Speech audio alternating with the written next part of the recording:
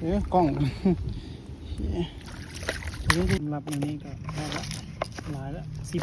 10มันสบายดีนะน่ะมื่อนี้มาออกมาหาปลาไว้กินกะคือเก่าเงี้ยกะเป็นหัวอาหารแซ่น้ำแล้วก็หัวอาหารอ้อยแล้วก็เป็ดคู่ใจคือเก่ากะไม้แม่น้ำมามือนี่เสียวลายเนแต่ว่าหมูสิได้ลายบ่มาเอาหับเบิ่งหับสมขั้นตอนแรกอ้อยคือเก่าจังไรก็มาแล้วโนเต็มแล้วแป๊บเดียว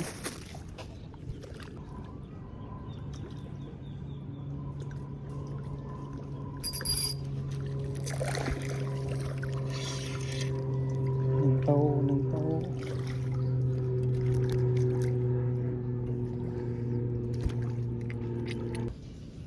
ปลาดุกกินเรียบร้อยใจเย็นปลาดุกโอ้คันเป็นกุ้งเอ้ยตัวนี้ตัวใหญ่โอ้โหตัวนี้เห็นว่าตัวนี้ตัวใหญ่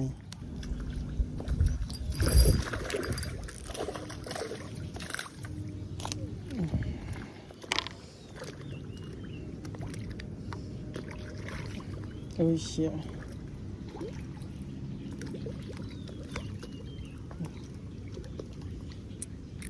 ใส่เงิน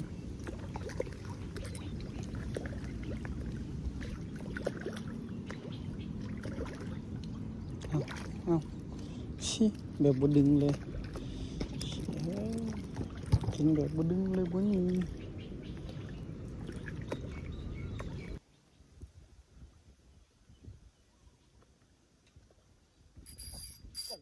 โ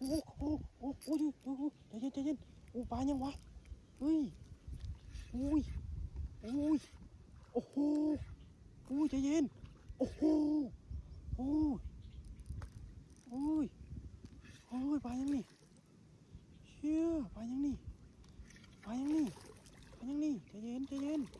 ายังนี่เอ้ยปลายังวะโอ้โหดใหญ่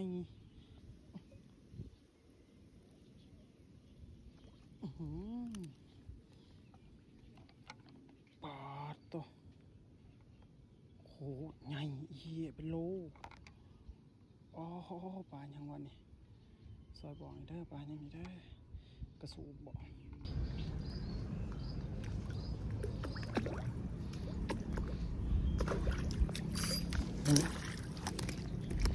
ได้ใส่บดงามไฟมันแต่บดปิ้งแซ่บ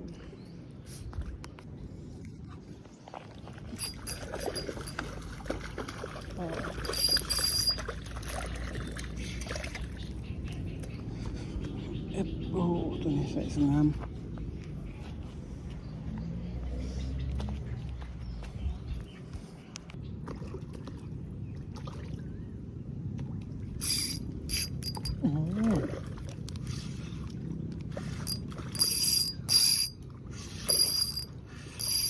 ยังกันโอ้ยังเกินเหลืองเพิ่ม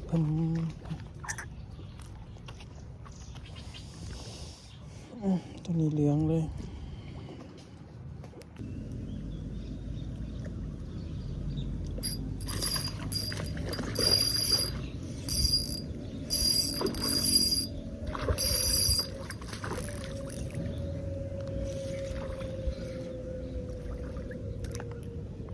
โอ้โหตัวนี้หลุดโอ้โหสัมภามือ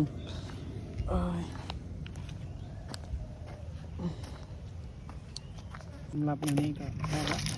หลายละ10ประมาณนี้ตัวนี้ง่ายสุดหัวปลาอย่างตัวนี้น่าจะกระสู้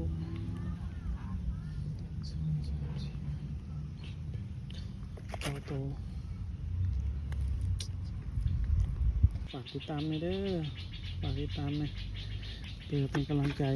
ในการเฮ็ดคลิป